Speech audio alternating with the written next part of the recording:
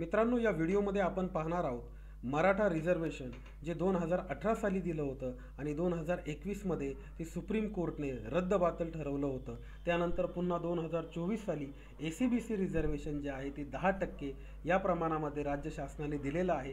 ते का दिलं गेलं, कसं दिलं गेलं आणि त्याची आत्ताची परिस्थिती काय आहे, एकंदरीत या ACBC रिझर्वेशनची म्हणजे मराठा रिझर्वेशनची सध्याची परिस्थिती काय आहे, त्याची कायदेशीर आढावा जो आहे तो या व्हिडिओमध्ये आपण घेणार आहोत. याचा जर बॅकग्राऊंड आपण पाहायला गेलं तर मराठा कम्युनिटीने जेव्हा ACBCच्या अंतर्गत सोशली आणि इकॉनॉमिकली बॅकवर्ड क्लासच्या अंतर्गत रिझर्वेशनची मागणी केली, त्यावेळी ACBC ॲक्ट पास करून 2018 साली 16% रिझर्वेशन मराठा कम्युनिटीला देण्यात आलेलं होतं.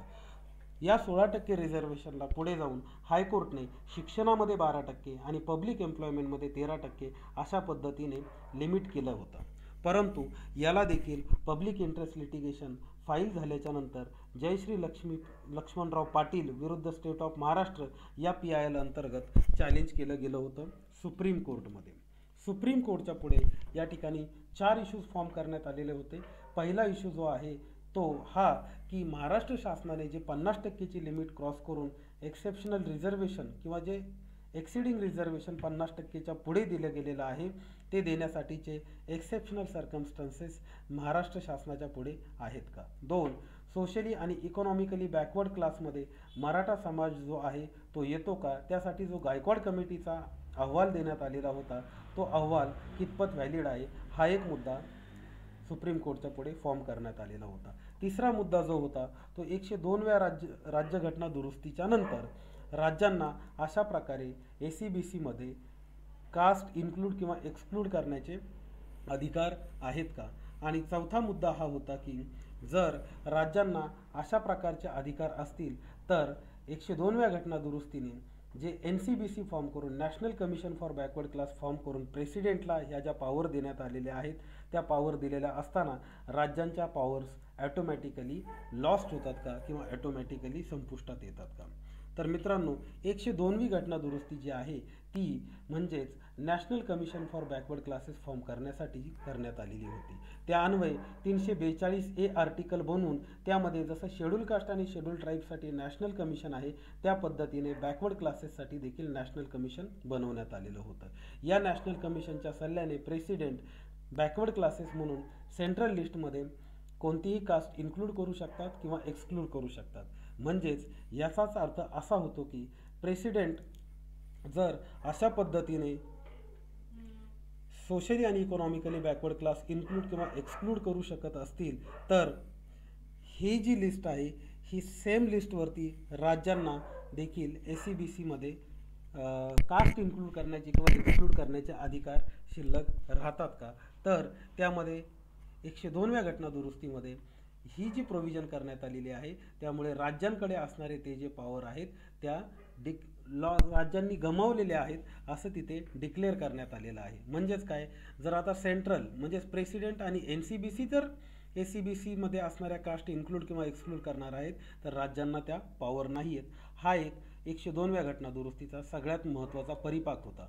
आणि त्याचमुळे 102व्या घटना दुरुस्तीच्या नंतर मराठा रिझर्वेशन जे आहे ते पब्लिक इंटरेस्ट लिटिगेशनचा निर्णय देत असताना सुप्रीम कोर्टच्या पुढे जे 4 इश्यूज फॉर्म झाले होते ते मी तुम्हाला वरती सांगितलेले आहेत.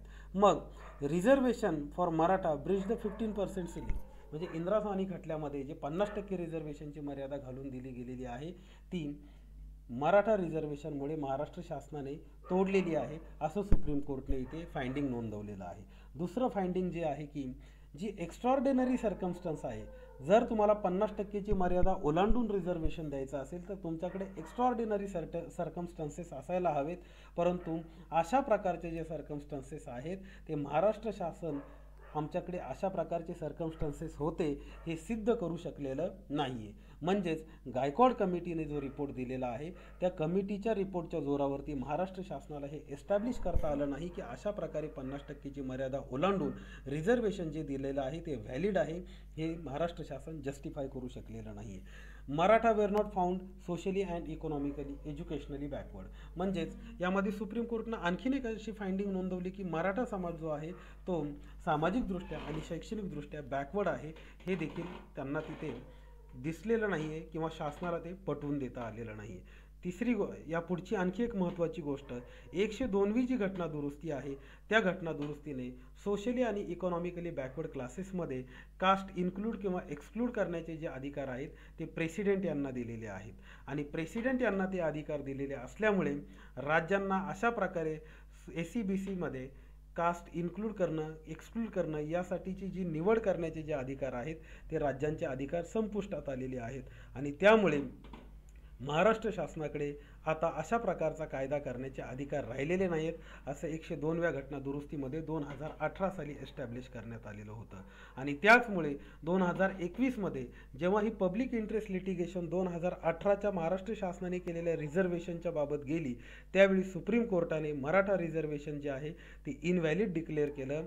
आणि मराठा रिझर्वेशन देत असताना जी एक्स्ट्रॉर्डनरी सर्कमस्टन्सेस आहेत की ज्यामुळे 50%ची मर्यादा आम्ही ओलांडू शकतो, ह्या बेसिसवरती ते दिलं गेलं होतं. त्यावरती शासनाने सुप्रीम कोर्टापुढे ही बाजू मांडली होती की इंदिरा साहनी खटल्यामध्ये जी 50%ची मर्यादा घालून दिलेली आहे तिचा पुनर्विचार करण्यात यावा.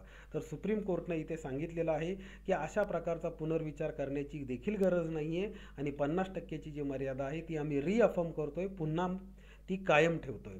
आणि तसेच राज्य जे आहेत, राज्यांकडे अशा प्रकारच्या ज्या पॉवर आहेत रिझर्वेशनमध्ये किंवा ACBC क्लासेस निर्माण करण्याच्या, ACBC क्लासमध्ये कास्ट इन्क्लूड करण्याच्या त्या पॉवर 102व्या घटना दुरुस्तीनंतर नाही आहेत, हे सुप्रीम कोर्टने तिथे ॲसर्टन केलेलं आहे. आणि ह्याच कारणामुळे 2021 साली जयश्री पाटील विरुद्ध महाराष्ट्र शासन या पब्लिक इंटरेस्ट लिटिगेशनमध्ये Maratha reservation ACBC reservation act 2018नुसार जे दिलं गेलेलं होतं ते पाडलं गेलं किंवा ते संपुष्टात आलेलं आहे. मग त्यानंतर काय करण्यात आलं, तर त्यानंतर पुन्हा 105वी घटना दुरुस्ती करण्यात आली. आणि 105व्या घटना दुरुस्तीच्या नंतर राज्यघटनेमध्ये 342A क्लॉज 3 हे जे आर्टिकल आहे हे अमेंड करण्यात आलं. आणि यानुसार सेंट्रल लिस्ट आणि स्टेट लिस्ट असं ड्युअल सिस्टीम तयार करण्यात आलेली आहे. म्हणजे जर ACBC म्हणजे सोशली आणि इकॉनॉमिकली बॅकवर्ड क्लासेस जर तुम्हाला इन्क्लूड किंवा एक्सक्लूड करायचे असतील तर सेंट्रल लिस्टमध्ये म्हणजे केंद्रीय पातळीवरती जे काही जॉब्स आणि एज्युकेशनल इन्स्टिट्यूट आहेत त्याच्यासाठीची जी लिस्ट आहे ती लिस्ट अमेंड करण्यासाठी national commission for backward class आणि प्रेसिडेंट यांचे ते अधिकार राहतील. आणि राज्य पातळीवरती जे जॉब्स आणि एज्युकेशनल इन्स्टिट्यूट असतील या संदर्भातली जी स्टेट लिस्ट तयार केली जाणार आहे या स्टेट लिस्टबाबतचे जे अधिकार आहेत ते राज्यांकडे असतील. आणि ह्याच ड्युअल सिस्टीममुळे याच दुहेरी पद्धतीचा सध्या अवलंब केला जात आहे. म्हणजे सध्या ACBC सोशली आणि इकॉनॉमिकली बॅकवर्ड क्लास ठरवण्यासाठी दुहेरी पद्धत अस्तित्वात आहे. एक सेंट्रल लिस्टसाठी national commission for backward classes आणि प्रेसिडेंट आणि स्टेट लिस्टसाठी राज्य सरकारे यांच्याकडे ते अधिकार देण्यात आलेले आहेत. आणि अशा पद्धतीची जी ड्युअल सिस्टम सध्या अस्तित्वात आहे त्या ड्युअल सिस्टमच्या आधारावरती महाराष्ट्र शासनाने 2024 साली जो रिझर्वेशन ॲक्ट केला आणि त्या अंतर्गत 10% रिझर्वेशन 50%ची मर्यादा ओलांडून दिलेलं आहे ते ACBCची जी 105वी घटना दुरुस्ती आहे त्या 105व्या घटना दुरुस्तीच्या अनुषंगाने दिलेलं आहे. परंतु ही जी 105वी घटना दुरुस्ती आहे या 105व्या घटना दुरुस्तीच्या अनुषंगाने दिलेलं ACBC रिझर्वेशन 10% जे आहे हे सेंट्रल लिस्टमध्ये म्हणजेच केंद्रीय नोकऱ्यांसाठी आणि केंद्रीय पातळीवरील एज्युकेशनल इन्स्टिट्यूटमधील ॲडमिशनसाठी वापरता येणार नाही. ते फक्त राज्य पातळीवरती असणाऱ्या नोकऱ्यांमध्ये आणि राज्य पातळीवरती असणाऱ्या एज्युकेशनल इन्स्टिट्यूटच्या ॲडमिशनसाठी वापरता येईल. आणि याच कारणामुळे हे जे रिझर्वेशन आहे हे हायकोर्टमध्ये सध्या प्रलंबित आहे. याचा निर्णय येणे अजून बाकी आहे. परंतु मुंबई हायकोर्टनं इंटरिम ॲप्लिकेशनमध्ये म्हणजेच ज्याला आपण म्हणूयात की अंतरिम जे ॲप्लिकेशन लावलं होतं त्यामध्ये असं म्हणलेलं आहे की फायनल निकाल लागेपर्यंत, याचा अंतिम निकाल लागेपर्यंत हे रिझर्वेशन अंमलात राहील, subject to the final result or the final judgment of this particular case. म्हणजेच या केसचा अंतिम निकालाच्या अधीन राहून सध्याचं जे इंटरिम रिझर्वेशन आहे 10% हे चालू ठेवलेलं आहे. याला देखील सुप्रीम कोर्टमध्ये चॅलेंज करण्यात आलेलं आहे. आणि सध्याच्या परिस्थितीमध्ये हायकोर्टमध्ये हे इंटरिम ॲप्लिकेशनचा निर्णय लागल्याच्या नंतर या 10% रिझर्वेशनची सुनावणी सुरू असतानाच सुप्रीम कोर्टमध्ये देखील याच्यावरती हे इंटरिम जे ॲप्लिकेशन किंवा इंटरिम ॲप्लिकेशन लावून जे रिझर्वेशन फायनल सुनावणी होईपर्यंत लागू करण्यात आलेलं आहे, याला देखील चॅलेंज करण्यात आलेलं आहे. म्हणजे सध्या राज्यामध्ये मराठा रिझर्वेशनच्या बाबत दोन व्यवस्था आहेत, एक सेंट्रल लिस्ट आणि एक स्टेट लिस्ट. जी सेंट्रल लिस्ट आहे ती NCBCच्या द्वारे सेंट्रल लेवलचे जे काही जॉब्स आणि एज्युकेशनल इन्स्टिट्यूट असतील त्यासाठीची लिस्ट बनवतील रिझर्वेशनची, आणि स्टेटसाठीची जी आहे ती 10% मर्यादा, इथे राज्य ती मर्यादा वापरेल, राज्यांकडे ते अधिकार असतील. आणि याचवेळी बॉम्बे हायकोर्टमध्ये आणि सुप्रीम कोर्टमध्ये दोन्ही ठिकाणी हे 10%चं रिझर्वेशन देखील चॅलेंज करण्यात आलेलं आहे. आणि अंतरिम ॲप्लिकेशनचा परिणाम म्हणून हे फक्त सध्या सुरू आहे. म्हणजेच काय तर एकंदरीत 2018 पासून 2025 पर्यंत जी परिस्थिती आहे SCBC रिझर्वेशनची, सोशली इकॉनॉमिकली बॅकवर्ड रिझर्वेशन जे महाराष्ट्र शासनानं दिलेलं आहे, या सर्वांचा आढावा आपण या 10 स्लाईडमध्ये पाहिलेला आहे.